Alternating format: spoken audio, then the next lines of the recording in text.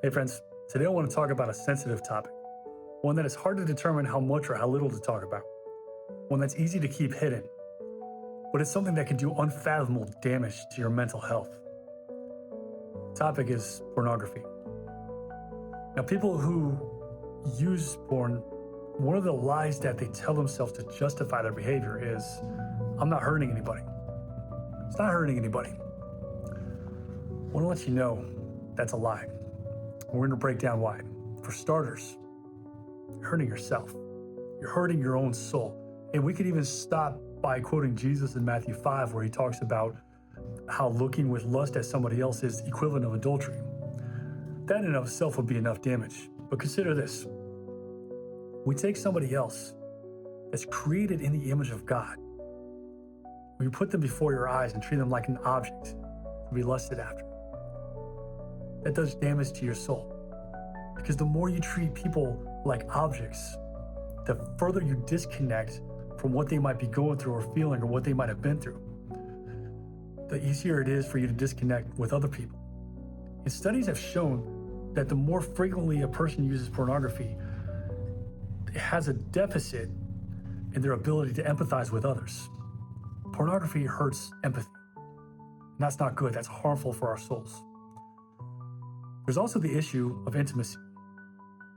You see, one of the biggest things that has happened in our culture is we've separated sexuality from intimacy. And we've talked about this before. When you look at the word of God, in the Hebrew, the word that has to do with relations between a husband and wife is yada. And that's translated in the King James correctly to know. Genesis 4:1, it says Adam knew his wife. See, there's this picture of total intimacy. It's not just physiological, it's emotional, spiritual, social, it's everything. Being connected, being naked and unashamed, as it says in Genesis 2. And what porn does, it just takes that away and turns it into a purely physiological phenomenon. And you can look at any research, what you'll find is people who use porn have troubles with intimacy in their own lives. More porn use hurts the intimacy. And if you're not married yet, you're not in a relationship yet, the more you do this, the more you damage your capacity for intimacy once you do enter a relationship. You set yourself up for totally unrealistic expectations, because what you've done is you've created a scenario where you can get whatever you want without having to give anything to the other person. And that is not healthy and not good for your mental health either. Third thing I want to just talk about for today is the idea of dopamine and the brain chemistry. You know, people who have studied this have recognized a pattern that very similar to what happens in our minds when we become addicted to like a drug like cocaine. It's the exact same phenomenon for people who look at porn. And if you've ever known somebody who's been an addict, what you find out is that the more they're addicted to something, the more that thing becomes central in their lives, so that everything else gets affected, their work suffers, their relationships suffer, and everything's about getting that fix. Porn does the same thing.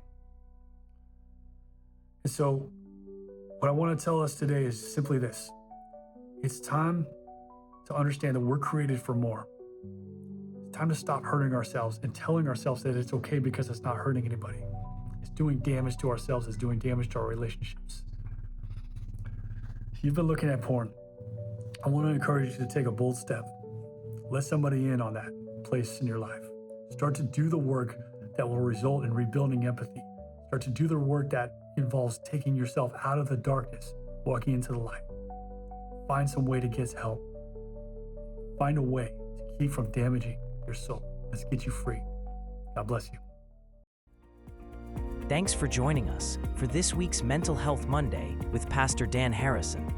Today's message is a reminder that healing begins when we bring what's hidden into the light. If you're struggling with pornography or anything that's damaging your soul, please don't face it alone. There is hope, there is help, and there is freedom when we're honest and let others walk with us toward healing. We encourage you to find a local church where you can grow and be supported. And if you're near Ravenna, Ohio, we'd love to welcome you to Ravenna Assembly of God, a place where grace meets truth and freedom begins. Be sure to like, subscribe, and follow for more encouragement and insight from Pastor Dan. And remember to join us next Monday for another Mental Health Monday.